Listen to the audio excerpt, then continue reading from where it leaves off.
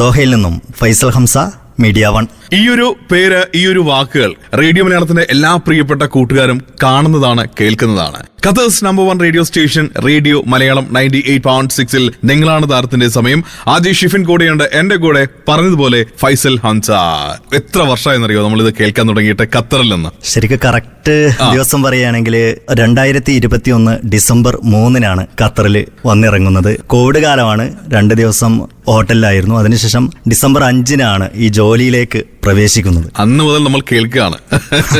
അതെ അതെ അതെ.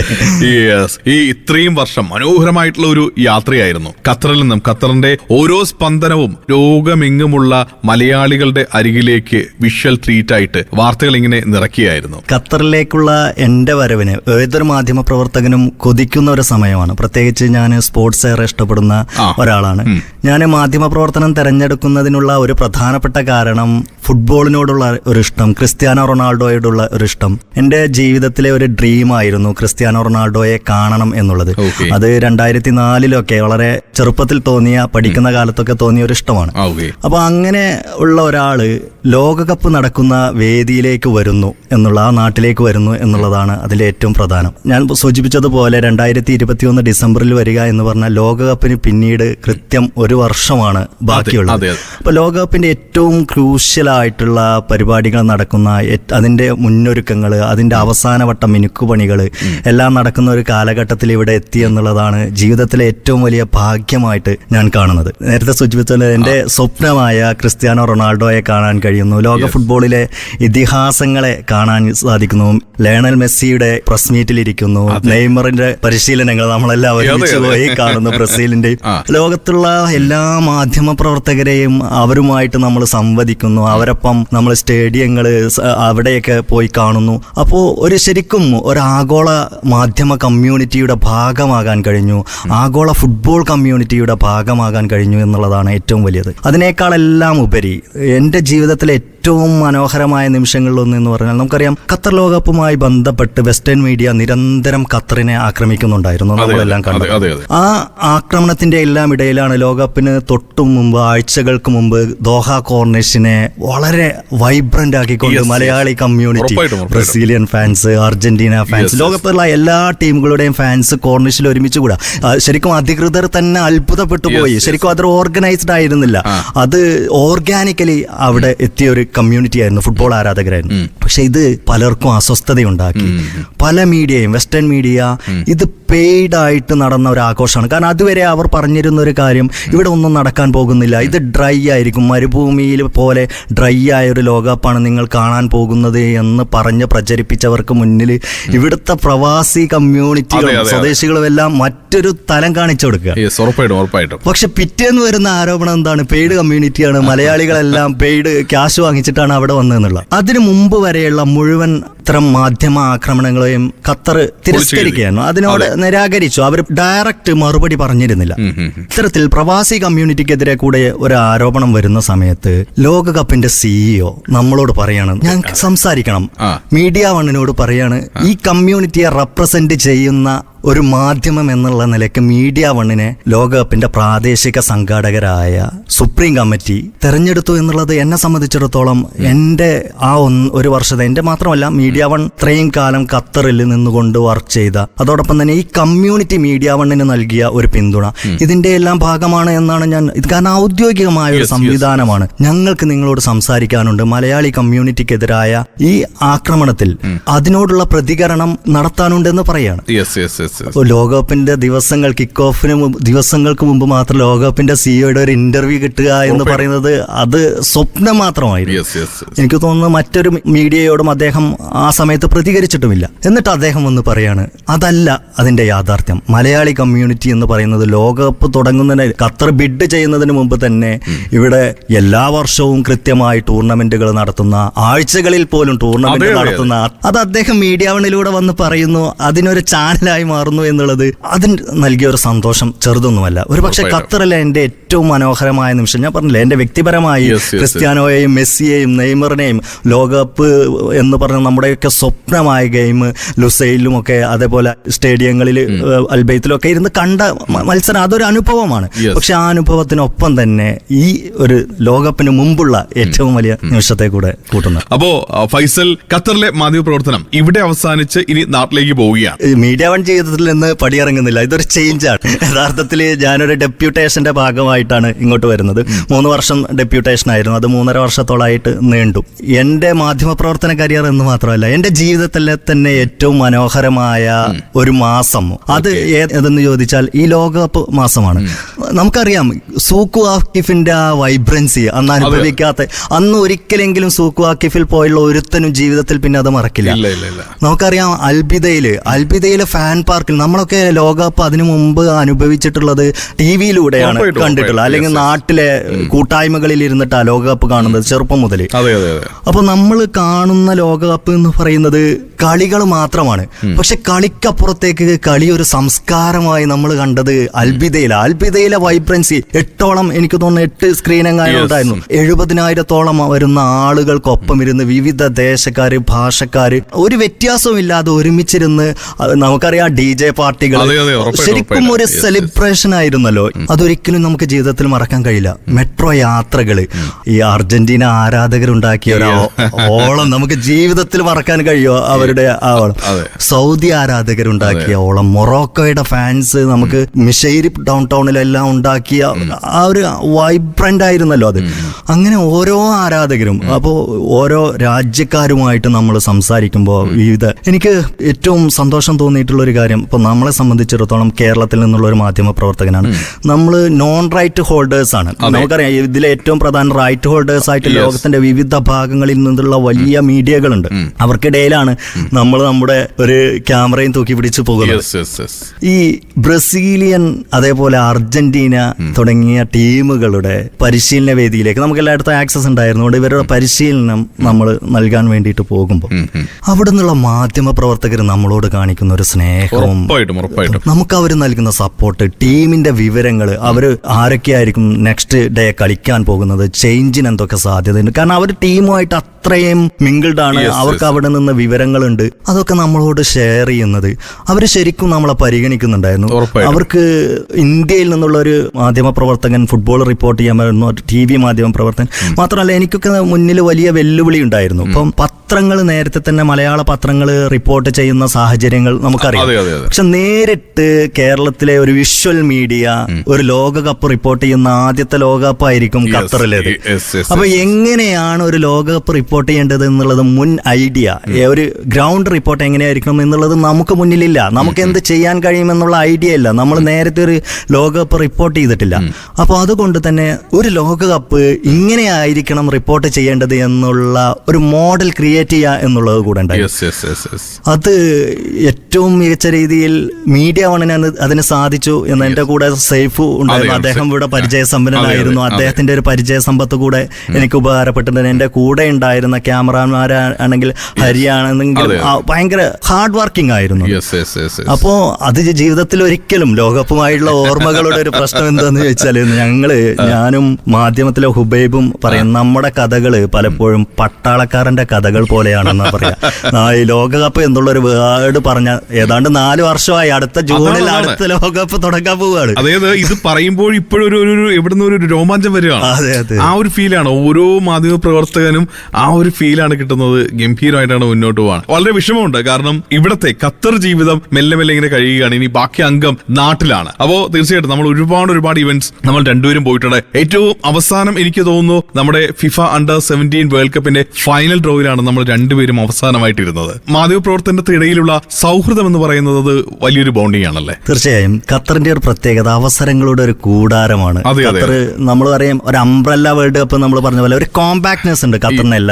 എല്ലാം ദോഹ കേന്ദ്രീകരിച്ചാണ് എന്നുള്ളത്. ഇവിടെ സ്പോർട്സ് ആയാൽ നേരത്തെ ഞാൻ സൂചിപ്പിച്ചതുപോലെ അവസരങ്ങൾ, ലോകകപ്പ് മാത്രമല്ല, നമുക്ക് ഏഷ്യ കപ്പ് ചെയ്യാൻ സാധിച്ചിരുന്നു, ഡയമണ്ട് ലീഗ് ഉണ്ടായിരുന്നു, F1 റേസിംഗ്, അതുപോലെ തന്നെ MotoG, അങ്ങനെ വൈവിധ്യമാർന്ന വിവിധ പരിപാടികളുണ്ട് ഖത്തറിൽ. ഖത്തർ സ്പോർട്സിന്റെ ഒരു ഹബ്ബ് എന്ന് തന്നെ വിശേഷിപ്പിക്കാൻ പറ്റും. ടെന്നീസ് ആണെങ്കിൽ അതെ. നമ്മൾ കാണാത്ത ഇതിഹാസങ്ങൾ നമുക്കറിയാം. നമ്മൾ എത്ര ഇതിഹാസങ്ങളാണ്, ഫിഗോയൊക്കെ നമ്മൾ കൺമുന്നിൽ അങ്ങനെ ഒരുപാട് ജീവിതത്തിൽ കാണാൻ ഒതിച്ച ഒരുപാട് പേരുണ്ട്. അപ്പോൾ ഈ യാത്രയെല്ലാം നമ്മൾ ഒരുമിച്ചാണ്. പിന്നെ ഇത്രയും വലിയ ഇവന്റുകളിലേക്കൊക്കെ പോകുമ്പോൾ ഒരുമിച്ച് മീഡിയ ബസ്സിൽ യാത്ര ചെയ്യുന്നു. നമ്മൾ ഇങ്ങനെ പോകുന്നില്ല ഇന്റർനാഷണൽ ഇവന്റുകൾക്കും മറ്റു പരിപാടികളിലേക്ക് ഇങ്ങനെ കൂട്ടമായി പോകേണ്ട കാര്യമില്ല. നമ്മളിപ്പോ കമ്മ്യൂണിറ്റി ഇവന്റുകളാണ് ഒരു ഭാഗത്ത് നമ്മുടെ മുന്നിലുള്ളത്. മറ്റൊന്ന് ഇത്തരം ഇന്റർനാഷണൽ ഇവന്റ് ആണ്. ഈ ഇന്റർനാഷണൽ ഇവന്റിലാണ് ഇത്തരം സൗഹൃദങ്ങളിലൊക്കെ അതിന് നമുക്ക് കൂടുതൽ അവസരം കിട്ടുകയും ഒക്കെ ചെയ്യുന്നത്. മറ്റൊന്ന് ഖത്തറിൽ നിൽക്കുമ്പോൾ നമുക്ക് തോന്നാറുള്ള ഒരു സാധനം, ഇവിടെ ഒരു മാധ്യമ പ്രവർത്തനം കിട്ടുന്ന വലിയ അവസരങ്ങളാണ്. കാരണം ലോകത്തിന്റെ ഒരു നയതന്ത്ര ബേസ് എന്ന് വേണമെങ്കിൽ നമുക്ക് ഖത്തറിനെ പറയാം. പ്രത്യേകിച്ച് കഴിഞ്ഞ ഒരു 2-3 വർഷമായി ഖത്തറിലെത്താത്ത അന്താരാഷ്ട്ര ലീഡേഴ്സ് ഉണ്ടോ എന്നുള്ള സംശയമാണ്. അമേരിക്കയുടെ സ്റ്റേറ്റ് സെക്രട്ടറി വരുമ്പോൾ പ്രസ് ബ്രീഫിംഗ് ഉണ്ടാകുമ്പോൾ നമുക്ക് അതിലേക്ക് ക്ഷണമുണ്ട്, നമുക്കത് റിപ്പോർട്ട് ചെയ്യാൻ പോകാൻ പറ്റുന്നു. അങ്ങനെയുള്ള ഒട്ടുമിക്ക പരിപാടികളിലേക്കും സർക്കാർ പരിപാടികളിലേക്കും നമുക്ക് ആക്സസ് ഉണ്ട് എന്നാണ്. അപ്പോൾ ഖത്തർ ടൂറിസത്തിന്റെ പരിപാടികളാണെന്നുണ്ടെങ്കിലും ഇന്റീരിയർ മിനിസ്ട്രിയുടെ പരിപാടി, ഇതിലെല്ലാം നമുക്ക് പങ്കെടുക്കാൻ സാധിക്കുന്നു എന്നുള്ള ഒരു വലിയ ഗുണമുണ്ട്. അത് ശരിക്കും നമുക്കൊരു വലിയ എക്സ്പോഷർ തരുന്നുണ്ട്. ഒരു മാധ്യമ പ്രവർത്തകൻ എന്നുള്ള നിലയ്ക്ക് ഒരു ഇന്റർനാഷണൽ ലെവൽ എക്സ്പോഷർ തരുന്നുണ്ട്. ഈ വാർത്തകളുടെ കാര്യം പറയുമ്പോഴാണ് ഏറ്റവും മനോഹരമായിട്ടുള്ള വാർത്തകൾ നമ്മൾ റിപ്പോർട്ട് ചെയ്യുകയാണ്. നാട്ടിൽ നിന്ന് നമ്മുടെ പ്രിയപ്പെട്ട സുഹൃത്തുക്കളൊക്കെ കാണുന്നുണ്ടാവും. അവർ പലപ്പോഴും ചോദിച്ചു, എടാ ഇത് സംഭവം നീ ഖത്തറിലായതുകൊണ്ട് മാത്രമാണ് നിനക്ക് ഈ ഭാഗ്യങ്ങളൊക്കെ കിട്ടിയത്. തീർച്ചയായും അത് ലോകകപ്പുമായി ബന്ധപ്പെട്ട് എനിക്ക് ശരിക്കും ഓർമ്മയുണ്ട്. ഞാൻ മാധ്യമ പ്രവർത്തനം തെരഞ്ഞെടുത്ത് എന്റെ നാട്ടിൽ നിന്നുള്ള ആദ്യത്തെ ചോദ്യം എന്താന്ന് ചോദിച്ചാൽ, ഞങ്ങളത് കാളികാവ് എന്ന് പറഞ്ഞ ഒരു പ്രദേശമാണ്. അപ്പം കാളികാവിലെ ആമപ്പൊയിൽ എന്ന് പറഞ്ഞാൽ ഫുട്ബോളിനെ അതിരറ്റ് സ്നേഹിക്കുന്ന മനുഷ്യന്മാർ. എനിക്ക് സ്പോർട്സിനോട് താല്പര്യമുണ്ട്. അപ്പോൾ നാട്ടിൽ നിന്ന് എന്റെ ക്ലബിലൊക്കെയുള്ള ആളുകൾ ചോദിക്കുന്ന ആദ്യത്തെ ചോദ്യം, എടാ നിനക്ക് ലോകകപ്പ് റിപ്പോർട്ട് ചെയ്യാൻ പറ്റുമോ എന്നുള്ളതാണ്. അപ്പോൾ ഞാൻ അങ്ങനെ ഒരു ഇതിലേക്ക് എത്തുമ്പോൾ സ്വാഭാവികമായിട്ട് എന്റെ സുഹൃത്തുക്കള് അത് കാണുകയും അവര് അതുമായിട്ട് സംസാരിക്കുന്നതൊക്കെ സ്വാഭാവികമാണ്. അവർക്കും അഭിമാനമാണ്. നാട്ടുകാർ പറയുന്നുണ്ടോ, ഇപ്പൊ ടിവിയിൽ കാണുമോ, മീഡിയ വോണിൽ നേരത്തെ പറഞ്ഞ പോലെ ദോഹയിൽ നിന്നും ഫൈസൽ ഹംസ മീഡിയ വോൺ എന്ന് പറയുമ്പോ ഇത് നമ്മുടെ ചെക്കനാണ് എന്ന് പറയുന്ന ഒരു അഭിമാനം. അത് പറയുമ്പോൾ തന്നെ നമുക്ക് നാട്ടിൽ നിന്ന് കിട്ടുന്ന അത്രത്തോളം ഒരുപക്ഷെ അതിനേക്കാൾ എനിക്ക് സ്നേഹം കിട്ടിയോ എന്ന് തോന്നുന്ന ഒരു സ്ഥലമാണ് ഖത്തർ. ഉറപ്പായിട്ടും എവിടെ ഈ ഖത്തറിലെ മലയാളികളെ നമ്മൾ ഈ ലോകകപ്പ് സമയത്തൊക്കെ എനിക്കറിയാം ഒരുപാട് പേര് നമുക്ക് എല്ലായിടത്തും ചെന്നെത്താൻ കഴിയില്ല. അപ്പോ ഫാൻസിന്റെ കൂട്ടായ്മകളൊക്കെ അൺഎക്സ്പെക്റ്റഡ് ആയിട്ട് ക്രിയേറ്റ് ചെയ്യപ്പെടുന്നതാണ്. ചിലപ്പോൾ മിഷേരിപ്പിൽ വലിയ ഓളം ഉണ്ടാകും. അർജന്റീന ഫാൻസും ബ്രസീലിയൻ ഫാൻസും എല്ലാം കൂടിച്ചേർന്നുകൊണ്ട് അവരുടെ ചാൻഡുകൾ അത്തരം കാര്യങ്ങളൊക്കെ ഉണ്ടാകും. അത് അൺഎക്സ്പെക്റ്റഡ് ആണ്. നമുക്ക് ഇപ്പോ സൗദി അർജന്റീനയെ തോൽപ്പിക്കും, ആ നിമിഷം ഉണ്ടാകുന്ന സൗദി ആരാധകരുടെ ആവേശമൊക്കെ ഇത്തരം കാര്യങ്ങളൊക്കെ ഉണ്ടല്ലോ. ആ സമയത്ത് അവരതിന്റെ വിഷ്വൽസ് എടുത്തിട്ട് എനിക്ക് അയച്ചു തരികയാണ്. അതായത് ഞാൻ ചെയ്യേണ്ട എന്റെ ജോലി വളരെ കൃത്യമായി ചെയ്തു തരുന്ന ഒരുപാട് സുഹൃത്തുക്കള്, അങ്ങനെ ചേർത്ത് പിടിച്ച ഒരുപാട് മനുഷ്യരുള്ള സ്ഥലമാണ് ഖത്തർ. ഖത്തറിലെ മലയാളി കൂട്ടായ്മ എന്ന് പറഞ്ഞാൽ നമ്മൾ ഈ പുതിയ കുട്ടികളുടെ ഭാഷയിൽ പറഞ്ഞാൽ പൊളിയാണ്. അവര് വേറെ ഒന്നും അവരെ കുറിച്ച് പറയാനില്ല, പൊളി വൈബാണ്. അതായത് അവര് ചേർത്ത് പിടിക്കും. പിന്നെ മാത്രമല്ല എപ്പോഴും പറയാറുണ്ട്, ഈ കോമ്പാക്ട്നെസ് കൊണ്ട് തന്നെ ഉള്ളതാണ്. നമുക്ക് എല്ലാവർക്കും പരസ്പരം അറിയാം. ഇവിടുത്തെ സാമൂഹ്യ പ്രവർത്തകരെ നമുക്ക് ഒറ്റ കോളിൽ ഇവരുമായിട്ട് നമുക്ക് ഒരൊറ്റ റിങ് മതി നമ്മുടെ കോൾ എടുക്കാൻ. ഇവിടെയുള്ള മറ്റു ഈ സോഷ്യൽ പ്രവർത്തകരാണെങ്കിലും ഇവിടുത്തെ ഏത് മേഖലയിൽ പ്രവർത്തിക്കുന്നവരാണെങ്കിലും ഒരു കോള് കൊണ്ട് നമുക്ക് പരസ്പരം കാണുമ്പോൾ ഒരു ആലിംഗനം എല്ലാവരിൽ നിന്നും ഉണ്ടാകും. അതൊരു വല്ലാത്ത ചേർത്ത് ഒരു ഊഷ്മളതയാണ്. ഖത്തറിലെ ബന്ധങ്ങൾക്കൊരു വല്ലാത്ത ഊഷ്മളത എനിക്ക് ഫീൽ ചെയ്തിട്ടുണ്ട്. ഖത്തറിലെ ഏത് സംഘടനയുടെ പരിപാടിയിൽ പോയാലും നമ്മൾ ആ സംഘടനയിൽ പെട്ട ഒരാളാണ് എന്നുള്ള രീതിയിൽ അത്രയും ഊഷ്മളമായിട്ടാണ് അവർ ചേർത്ത് പിടിക്കുക. ഉറപ്പായിട്ടും. അപ്പൊ എന്തായാലും ഈ ഒരു ചേർത്ത് പിടിക്കലിന്റെ ആ ഒരു സ്നേഹം ഒരുപാട് അനുഭവിച്ചറിഞ്ഞവർ തന്നെയാണ് നമ്മൾ ഓരോരുത്തരും. അപ്പോ ഒരുപാട് വാർത്തകൾ റിപ്പോർട്ട് ചെയ്തിട്ടുണ്ട്. അതിൽ ഏറ്റവും കൗതുകമായിട്ട് തോന്നിയത്, ഫീൽ കിട്ടിയ ഒരു വാർത്ത ഏതായിരിക്കും? ഒരുപാട് സന്ദർഭങ്ങളുണ്ടാവും, പക്ഷെ അതിൽ എനിക്ക് ഏറ്റവും ടച്ചിങ് ആയിട്ടുള്ള ഒരു വാർത്തയല്ല, ഒരു ഇൻസിഡന്റ്. നമ്മളെ മൽഖ റോഹി എന്ന ഒരു കുഞ്ഞുമോൾക്ക് വേണ്ടി ഖത്തർ മലയാളികളെ ഒരുമിച്ച് കൂടിയ. അപ്പോ ഈ കുട്ടിയുടെ പിതാവ് ആ സമയത്ത് പിതാവുമായി ബന്ധപ്പെട്ട് നമ്മളോട് സംസാരിച്ചിരുന്നു. അപ്പം ആദ്യഘട്ടത്തിൽ തന്നെ ഞാൻ ആ വാർത്ത തുടക്കം മുതൽ നമ്മൾ റിപ്പോർട്ട് ചെയ്ത ഒരു കാര്യമാണ്. ഒരു ഹ്യൂജ് എമൗണ്ട് ആയിരുന്നു നമ്മൾ ആ മോൾക്ക് വേണ്ടി, കോടികളായിരുന്നു. അതിന് മലയാളികള് ചേർത്ത് പിടിച്ച് മറ്റ് എല്ലാ വേർതിരിവുകൾക്കും അതീതമായിക്കൊണ്ട് എല്ലാവരും ചേർത്ത് പിടിച്ച ഒരു സംഭവം ഉണ്ടായിരുന്നു. അപ്പോൾ സാധാരണഗതിയിൽ എല്ലാ ഇവന്റുകളും നമുക്ക് പോയി റിപ്പോർട്ട് ചെയ്യാൻ പറയും. പക്ഷെ ഞാൻ ആ സമയത്ത് മൽക്കാറോഹി ചികിത്സാ ഫണ്ട് വിതരണം അല്ലെങ്കിൽ സമാഹരണവുമായി ബന്ധപ്പെട്ട് എന്തൊക്കെ പരിപാടികളുണ്ടോ ഞാൻ എൻ്റെ എല്ലാ തിരക്കുകളും മാറ്റിവെച്ചിട്ട് അത് ആ വേദിയിലെത്തി അത് ഷൂട്ട് ചെയ്ത് അതിന് പരമാവധി പ്രോത്സാഹിപ്പിക്കാനും അത് കൂടുതൽ ആളുകളിലേക്ക് എത്തിക്കാനുള്ള ഒരു ശ്രമം നടത്തിയിട്ടുണ്ട്. അതൊരു വാർത്ത എന്നുള്ള നിലയ്ക്കല്ല, അത് മലയാളി കമ്മ്യൂണിറ്റിയുടെ ഒരു കൂട്ടായ്മയും അതിനൊരു വല്ലാത്ത ഒരു സന്തോഷം നൽകുന്ന ഒരു കാര്യമായിരുന്നു. ഓരോ ദിവസവും ഓരോ പുതിയ സംഭവങ്ങൾ നമ്മുടെ അരികിലേക്ക് വരികയാണ്. സിംഗിൾ മാൻ ബ്യൂറോയാണ് ഖത്തറിലേത്. അപ്പൊ ഞാൻ നാട്ടിലേക്ക് പോവുകയാണെങ്കിലും സത്യത്തില് 2021 ഡിസംബർ 5 മുതൽ ഇന്നേ ദിവസം വരെ ഒരു ദിവസം പോലും ഞാൻ വാർത്തയുമായി ഇടപഴകാത്ത ദിവസം അല്ലെങ്കിൽ ഒരു വാർത്തയെങ്കിലും ചാനലിൽ കൊടുക്കാത്തതോ ആയിട്ടുള്ള ഒരു ദിവസം ഇല്ല എന്നുള്ളതാണ്. കമ്മ്യൂണിറ്റി വാർത്തകൾ ഉണ്ടാകും, മറ്റു വാർത്തകൾ ഉണ്ടാകും. എന്തായാലും എല്ലാ ദിവസവും വാർത്തയുമായി ബന്ധപ്പെടേണ്ട ഒരു സാഹചര്യം ഉണ്ടായിട്ടുണ്ട്. മാത്രമല്ല ഇവിടെ ഭയങ്കര ആക്റ്റീവ് ആയിട്ടുള്ള ഒരു കമ്മ്യൂണിറ്റിയാ. ഇപ്പൊ നാട്ടിലെ കമ്മ്യൂണിറ്റിയെ വെച്ച് ആയാലും ഞാൻ പറയും, ഇവിടെ ഇതര GCC ആണെങ്കിലും പറയും, ഖത്തറിലെ ഏത് സംഘടനയാണെങ്കിലും ഇപ്പൊ നമ്മൾ KMCCയോ സംസ്കൃതിയോ ഇൻകാസോ കൾച്ചറൽ ഫോർ വെൽഫെയർ ഇവരെല്ലാം എല്ലാ ദിവസവും വൈവിധ്യമാർന്ന പരിപാടികൾ നമ്മൾ അത്ഭുതപ്പെട്ടു പോകും. ഇവരൊക്കെ ഓരോ പരിപാടികൾ എന്ത് പ്രൊഫഷണൽ ആയിട്ടാണ് ഇവർ നടത്തുന്നത്. പ്രവാസത്തിന്റെ ഒരു തിരക്ക് നമുക്കറിയാം. എല്ലാവരും പലവിധ പരിപാടികളിലുമാണ്. അപ്പൊ കലയുടെ കാര്യത്തിലാണെങ്കിലും സ്പോർട്സിന്റെ കാര്യത്തിലാണെങ്കിലും സാമൂഹ്യ പ്രവർത്തനങ്ങളുടെ കാര്യത്തിലാണെങ്കിലും വൈവിധ്യമാർന്ന തലങ്ങളിൽ ഇവരെല്ലാം ആക്റ്റീവാണ്. അതുകൊണ്ട് തന്നെ ഖത്തറിൽ വാർത്തകൾക്ക് യാതൊരു തരത്തിലുള്ള പഞ്ഞവുമില്ല. ഈ കമ്മ്യൂണിറ്റിയുടെ ഒരു ആക്റ്റീവ് അത് തന്നെയാണ് ഇതിനെ ഇത്രയും വൈബ്രന്റ് ആക്കി നിലനിർത്തുന്നത്. ഉറപ്പായിട്ടും. ഇപ്പോ നാട്ടിൽ നിന്നും ആ ഒരു 2021 എത്തിക്കഴിഞ്ഞു. 2025 പകുതി നമ്മൾ പിന്നിട്ട് കഴിഞ്ഞു. ഒരു ജേർണലിസ്റ്റ് എന്ന രീതിയിൽ എന്തൊക്കെ മാറ്റങ്ങളാണ് അല്ലെങ്കിൽ എന്തൊക്കെ പുതിയ അറിവുകളാണ് ഫൈസൽ ഹംസ എന്ന വ്യക്തിക്ക് കിട്ടിയിരിക്കുന്നത്? നാട്ടിലെ മാധ്യമപ്രവർത്തനവും ഇവിടുത്തെ മാധ്യമപ്രവർത്തനവും ശരിക്കും നല്ല മാറ്റമുണ്ട്. ഉറപ്പായിട്ടും ഇവിടെ കുറച്ചുകൂടെ നമ്മുടെ ഒരു കമ്മ്യൂണിറ്റി ഓറിയന്റഡ് ആയിട്ടുള്ള മാധ്യമ പ്രവർത്തനമാണ്, പോസിറ്റീവ് മാധ്യമ പ്രവർത്തനം എന്നാണ് തോന്നുന്നത്. നാട്ടിലെത്തിക്കഴിഞ്ഞ് എന്തൊക്കെയാണ് പുതിയ പരിപാടികൾ, പ്ലാനുകൾ? എപ്പോഴെങ്കിലും ഖത്തറിലേക്ക് തിരികെ വരാനുള്ള പ്ലാൻ ഉണ്ടോ? വീണ്ടും ഞങ്ങൾ ഫൈസൽ ഹംസ ദോഹയിൽ നിന്നും മീഡിയ വൺ, അത് കേൾക്കുമ്പോൾ ഒരു പ്രത്യേക ഒരു മൊഞ്ചാണ്. Thank you. എല്ലാവർക്കും അങ്ങനെ തോന്നട്ടെ. അത് തീരുമാനിക്കേണ്ടത് എന്റെ സ്ഥാപനമാണ് പൂർണ്ണമായും. നാട്ടിൽ ചെന്നിട്ട് എവിടെയായിരിക്കും, എങ്ങനെയായിരിക്കും ജോലി എന്നുള്ളത്. ഖത്തറിലേക്ക് വരുമോ എന്ന് ചോദിച്ചാല് ഒരവസരം ലഭിച്ചാൽ ഖത്തറിൽ വീണ്ടും കാണാനും ആളുകളുമായിട്ട് സൗഹൃദം പുതുക്കാനും, അതിന് ഞാൻ പറഞ്ഞില്ലേ, നാട്ടിലാണെങ്കിലും എവിടെയാണ് ഒരു മാധ്യമ പ്രവർത്തനത്തിന് ഇത്രയധികം സ്നേഹവും ആദരവും കിട്ടുന്ന മറ്റൊരു സ്ഥലമുണ്ടെന്ന് ഞാൻ വിശ്വസിക്കുന്നില്ല. ഇത്ര നല്ല കാര്യങ്ങൾ മാധ്യമ പ്രവർത്തകർ ചെയ്താലും അതിലെ ഒരു ടങ് സ്ലിപ്പോ അല്ലെങ്കിൽ അതിലുണ്ടാകുന്ന മൈന്യൂട്ട് ലൈവ് റിപ്പോർട്ടിങ്ങിൽ വരുന്ന ഏറ്റവും മൈന്യൂട്ടായ കാര്യങ്ങളെ പോലും വളരെ പർവ്വതീകരിച്ചുകൊണ്ട് എങ്ങനെ കൂട്ടമായി അറ്റാക്ക് ചെയ്യാം, അല്ലെങ്കിൽ പൊതു ഇടങ്ങളിൽ പോലും മാധ്യമ പ്രവർത്തകരെ വാർത്ത നൽകിയതിന്റെ പേരിൽ കൈകാര്യം ചെയ്യുന്ന സാഹചര്യം പോലും നമ്മുടെ നാട്ടിലുണ്ട്. മാധ്യമ പ്രവർത്തനം വെല്ലുവിളി നേരിടുന്ന ഒരു കാലഘട്ടത്തിൽ ഖത്തറിലെ ഔദ്യോഗിക സംവിധാനങ്ങളാണെങ്കിലും നമുക്ക് എല്ലായിടത്തും ആക്സസ് നൽകാറുണ്ട്. നമുക്ക് കൃത്യമായ പരിപാടികളിലേക്ക് നമ്മൾ അതിന്റെ ഫോർമാലിറ്റീസ് പൂർത്തീകരിച്ചാൽ നമുക്ക് ആക്സസ് കിട്ടുന്നുണ്ട്, നമുക്ക് റിപ്പോർട്ട് ചെയ്യാൻ പറ്റുന്നുണ്ട്. അതുപോലെ തന്നെയാണ് ഇവിടുത്തെ കമ്മ്യൂണിറ്റി നൽകുന്ന ആ ഒരു സ്നേഹം. അതൊരു പക്ഷെ എനിക്ക് തോന്നുന്നില്ല ഇനി നാട്ടിൽ ചെന്നാൽ എനിക്ക് അത് കിട്ടുമെന്നൊന്നും എനിക്ക് തോന്നുന്നില്ല. അതിപ്പോ ഷിഫിനാണെങ്കിൽ ഇവിടെ കിട്ടുന്ന എനിക്കറിയാം, ഇപ്പൊ റേഡിയോ മാധ്യമ പ്രവർത്തകർക്കും എല്ലാം കിട്ടുന്ന വലിയ പിന്തുണ ഞാൻ കാണുന്നുണ്ട്. ഒരുപക്ഷെ നമ്മളെക്കാൾ ഏറ്റവും കൂടുതൽ പിന്തുണ നിങ്ങൾ കിട്ടുന്നുണ്ട്. അല്ല, ഞങ്ങൾ പലപ്പോഴും നാട്ടിലുള്ള നമ്മുടെ കൂടെ വർക്ക് ചെയ്യുന്ന ആർജിസ്റ്റിനോട് പറയുന്ന കാര്യം തന്നെയാണ്. അതായത് അവിടത്തേത് പോലെ അല്ല ഇവിടെ കിട്ടുന്ന സ്നേഹം കുറച്ചുകൂടി അടുത്തറിയുന്നതാണ്, അല്ലെങ്കിൽ കുറച്ചുകൂടി നേരത്തെ പറഞ്ഞ പോലെ ഒരു ചേർത്ത് പിടിക്കലിന്റെ ഒരു സ്നേഹമാണ് ഇവിടെ. അത് ഞാനത് ചേർത്ത് പറയട്ടെ. സാധാരണ രീതിയിൽ നാട്ടിൽ നമ്മൾ ഒരാളെ കാണുമ്പോ എന്താ ചെയ്യാ, നമ്മൾ കൈ കൊടുത്ത് ഷേക്കാൻ.